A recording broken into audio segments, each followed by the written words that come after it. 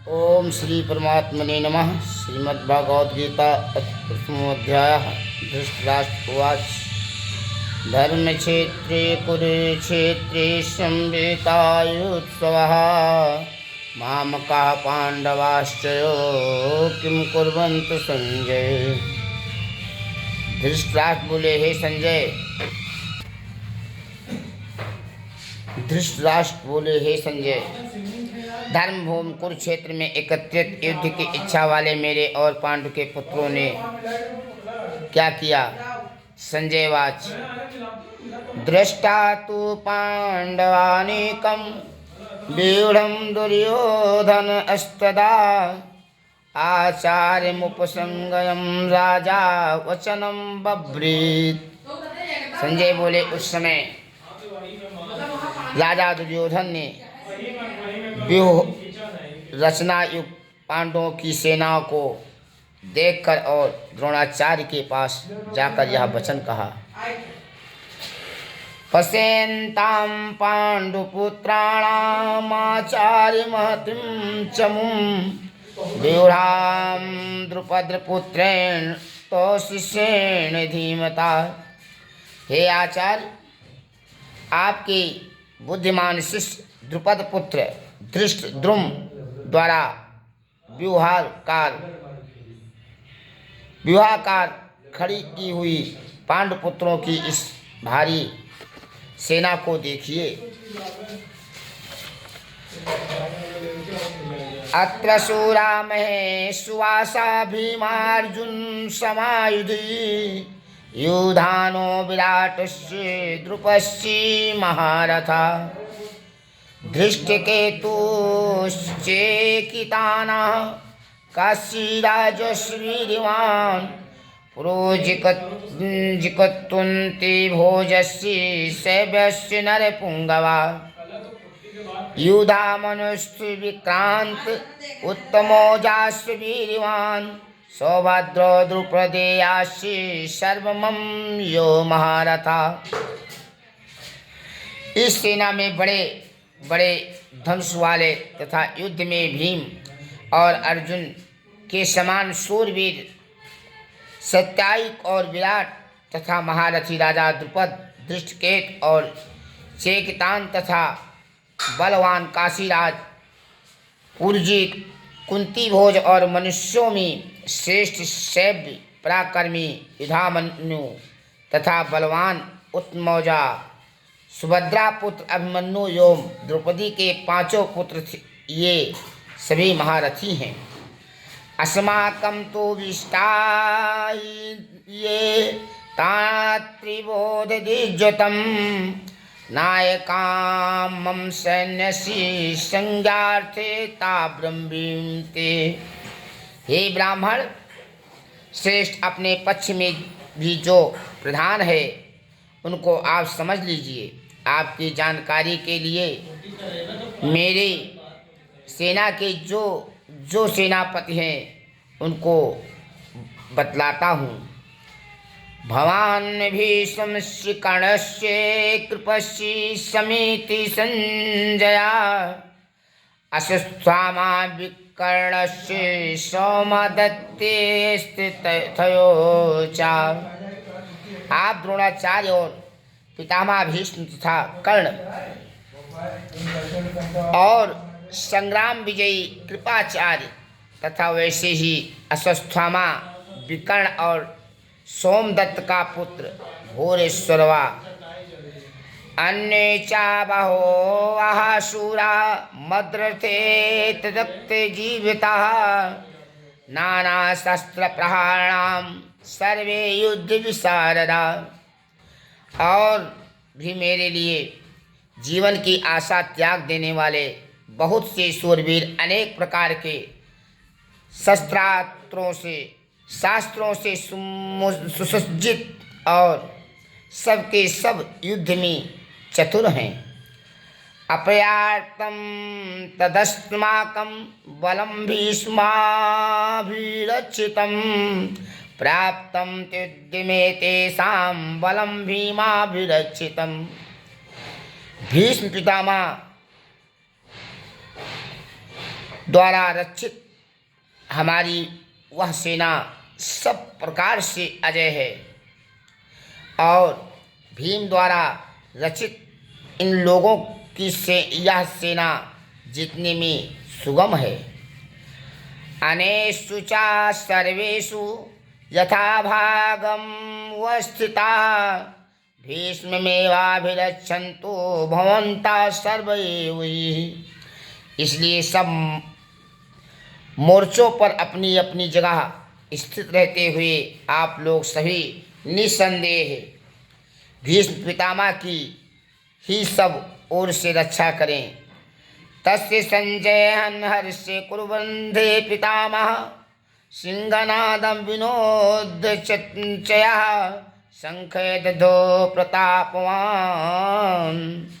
कौरव युद्ध बड़े प्रतापी पितामह भीष्म ने उस दुर्योधन के हृदय में हर्ष उत्पन्न करते हुए उच्च स्वर में सिंह की दहाड़ के समान गरज कर शंख बजाया।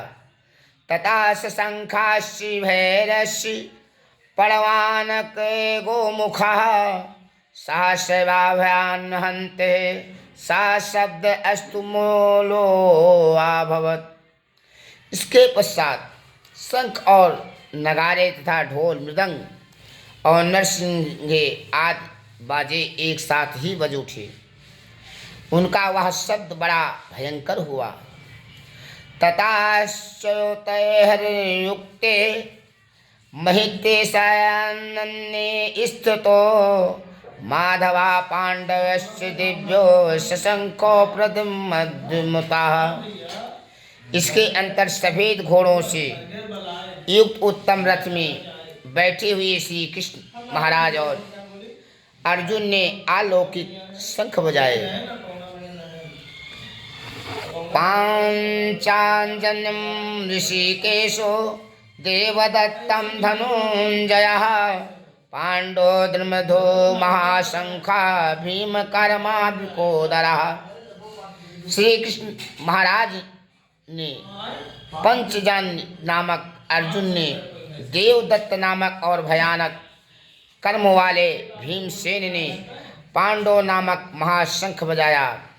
अनंत विजयम राजा कुंती पुत्रो युधिष्ठिरः नकुलः सहदेवस्य सुघोषमणे पुष्पको। कुंती पुत्र राजा युधिष्ठिर ने अनंत विजय नामक और नकुल तथा सहदेव ने सुघोष और मणि पुष्पक नामक शंख बजाए। कायस्य परमे वासा शिखंडी च महारथा धृष्टद्रुमो विराटस्य सात्विक श्रापार्जितः द्रुपदो द्रुपदेयास्य सर्वसा पृथ्वीपते सौभद्र महाबाहो शंकरंधम पृथक पृथक। श्रेष्ठ धनुष वाले काशीराज और महारथी शिखंडी एवं धृष्टद्रुम तथा राजा विराट और अजय सात्विक राजा द्रुपद एवं द्रौपदी के पांचों पुत्र और बड़ी भुजा वाले सुभद्रा पुत्र अभिमन्यु, इन सभी ने हे राजन सब ओर से अलग अलग शंख बजाए। सा घोषो धार्तराष्ट्राणां हृदयानि वदारयत् नवस्य पृथ्वीं चयोतुमलो व्यूनादयन्। और उन भयानक शब्द ने आकाश और पृथ्वी को भी गुंजाते हुए धृतराष्ट्र के अर्थात आपके पक्ष वाले के हृदय विदीर्ण कर दिए। अथ व्यवस्थान्ता दृष्टा धृतराष्ट्रान् कपिध्वजा प्रवृत्ते स्वस्ति सम्पाते धनुषुरुद्धं पांडवः ऋषिकेशं तदा वाक्मिदं महामहीपते सेनयोरुभयोर् मध्ये रथम अस्थापयम् अच्युत। हे राजन, इसके बाद कपिध्वज अर्जुन ने मूर्छा बांधकर डटे हुए धृतराष्ट्र संबंधियों को देखकर उस शस्त्र चलने की तैयारी के समय धनुष उठाकर ऋषिकेश श्री कृष्ण महाराज से यह वचन कहा, हे अच्युत, मेरे रथ को दोनों सेनाओं के बीच में खड़ा कीजिए। यावदेता त्रिरिचे अहम योद्ध कामान स्थितान कर्मया सायोद्धव्याम स्मृणम समुद्र में। और जब तक कि मैं युद्ध क्षेत्र में डटे हुए युद्ध के अभिलाषी इन विपक्षी योद्धाओं को भली प्रकार देख लूं कि इस युद्ध रूप व्यापार में मुझे किन के साथ युद्ध करना योग्य है, तब तक उसे खड़ा रखिए। योत्स्यामानान् वेचे अहं यायते अत्र समागतः दृष्ट्वा राष्ट्रं दुर्बुद्धे प्रियंचिकीर्षवा। दुर्बुद्ध दुर्योधन का युद्ध में हित चाहने वाले जो ये राजा लोग इस सेना में आए हैं, इन युद्ध करने वालों को मैं देखूंगा। संजय वाच, यो मुक्तो ऋषिकेशो गुडाकेशेन भारत सेनयोर्भयो मध्ये स्थापयित्वा रथो ततम्। भीष्म द्रोण प्रमुक्ताः सर्वेषां च महीक्षिताम् उवाच पार्थ पश्यतां बेतां कुरुनीत। संजय बोले, हे धृतराष्ट्र, अर्जुन द्वारा इस प्रकार कहे हुए महाराज श्री कृष्ण चंद्र ने दोनों सेनाओं के बीच में भीष्म और द्रोणाचार्य के सामने तथा संपूर्ण राजाओं के सामने उत्तम रथ को खड़ा करके इस प्रकार कहा कि हे पार्थ, युद्ध के लिए जुटे हुए इन कौरवों को देख। तत्रापश्य स्थितान् पार्थः पितॄन् ते पितामहान् आचार्यान् मातुलाभान् पुत्रा पौत्रान् संख्यिस्तथा श्रासुरान् सुहृदशस्यो सेनयोर्भयोरपि। इसके बाद प्रथापुत्र अर्जुन ने उन दोनों ही सेनाओं में स्थिर ताऊ चाचाओं को, दादों परदादाओं को, गुरुओं को, मामाओं को, भाइयों को, पुत्रों को, पौत्रों को तथा मित्रों को, ससुरों को और सौदों को भी देखा। और 27वें का पूर्वार्ध, तन्समीक्षित सा कौन्तेयः सर्वा बंधो स्थितान् कृपया परायाविष्टो विषीदन्निदम्ब्रीत। उन उपस्थित संपूर्ण बंधुओं को देखकर वे कुंती पुत्र अर्जुन अत्यंत करुणा से युक्त होकर शोक करते हुए यह वचन बोले। 27वें का उत्तरार्थ और 28वें का पूर्वार्थ।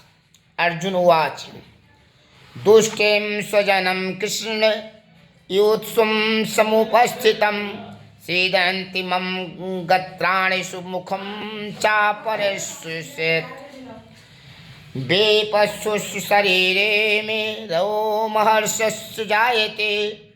अर्जुन बोले, हे कृष्ण, युद्ध क्षेत्र में डटे हुए युद्ध के अभिलाषी इस स्वजन्य समुदायों को देखकर मेरे अंग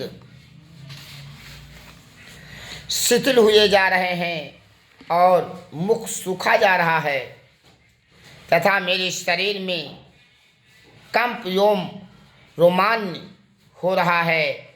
व्यंग का उत्तरार्ध और 29वें श्लोक। गांडीव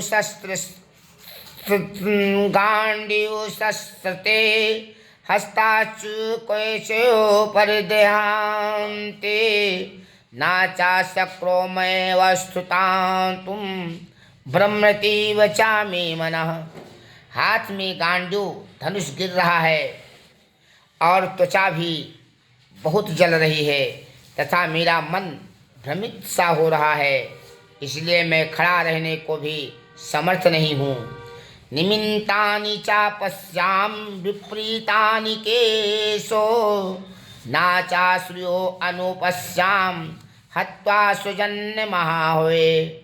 हे केशो, मैं लक्षणों को भी विपरीत ही देख रहा, तू तथा युद्ध में स्वजन्य समुदायों को मारकर कल्याण भी नहीं देखता।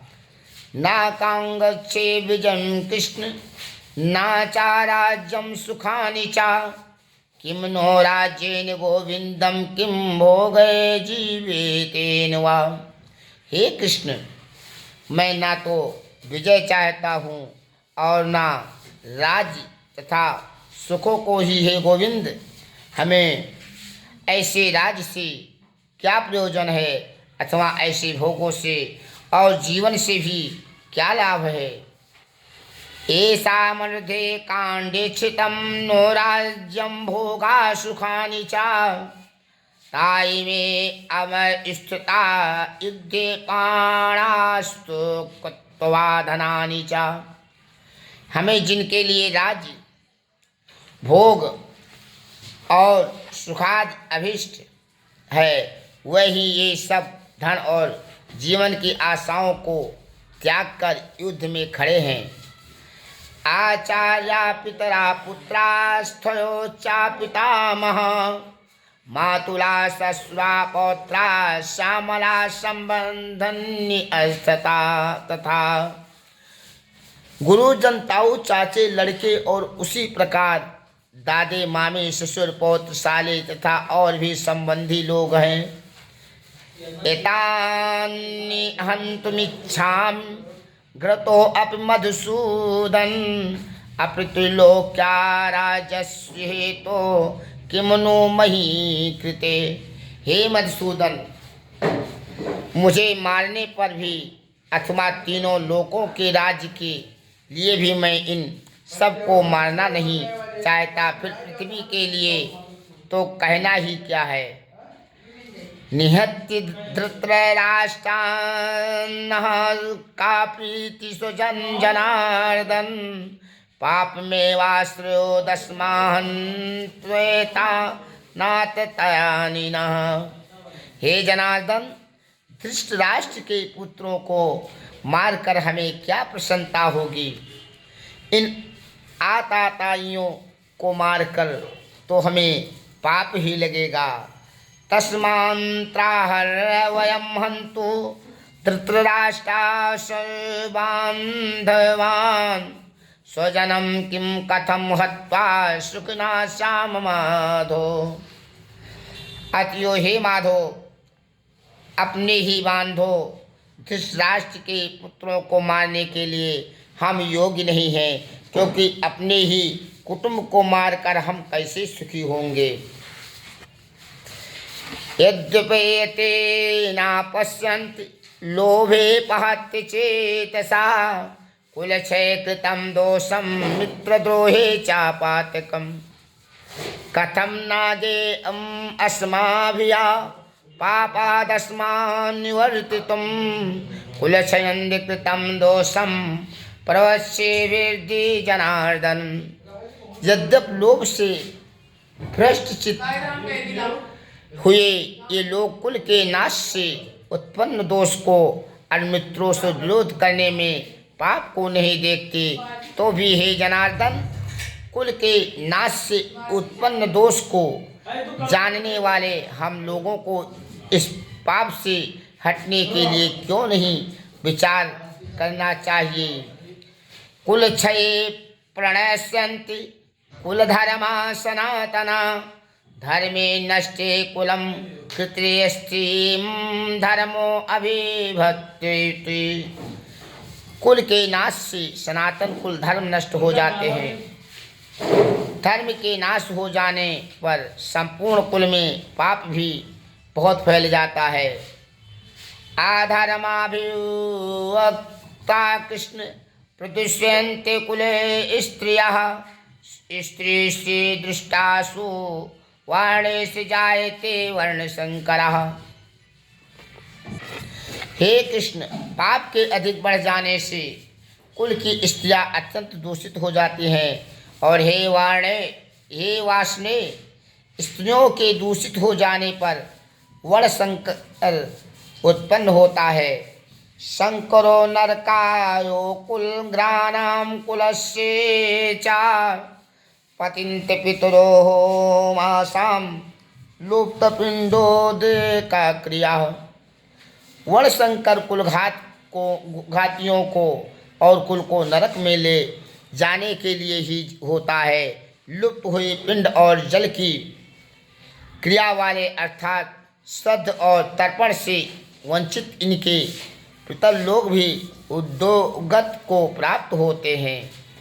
दोष रहते कुलघ्राणां वर्णशंकर कारकयः उत्सादन्ते जाति धर्मा कुल धर्मास्य शाश्वतः। इन वर्ण संकर कारक दोष से कुल घातियों के सनातन कुल धर्म और जाति धर्म नष्ट हो जाते हैं। उत्सोत्र कुल धर्माणां मनुष्याणां जनार्दन नरके अनंतम यावासो भवति तस्य नु शुभो श्रुवम्।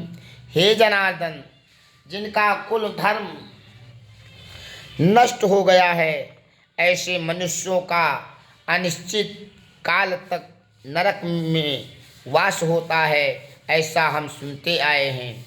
अहोबत महातापम कुर्वत्यवसिता वयम यद्राजी सुखलोभेन हन्तु स्वजन्य मोदता।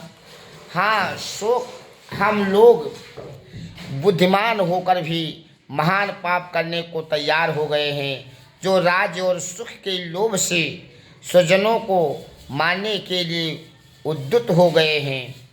यदि माम पप्रीताकारमशस्त्रे शस्त्राण पाणवः धृतराष्ट्रारणे हनन्तुअन्त में क्षेमतरम भवेत्।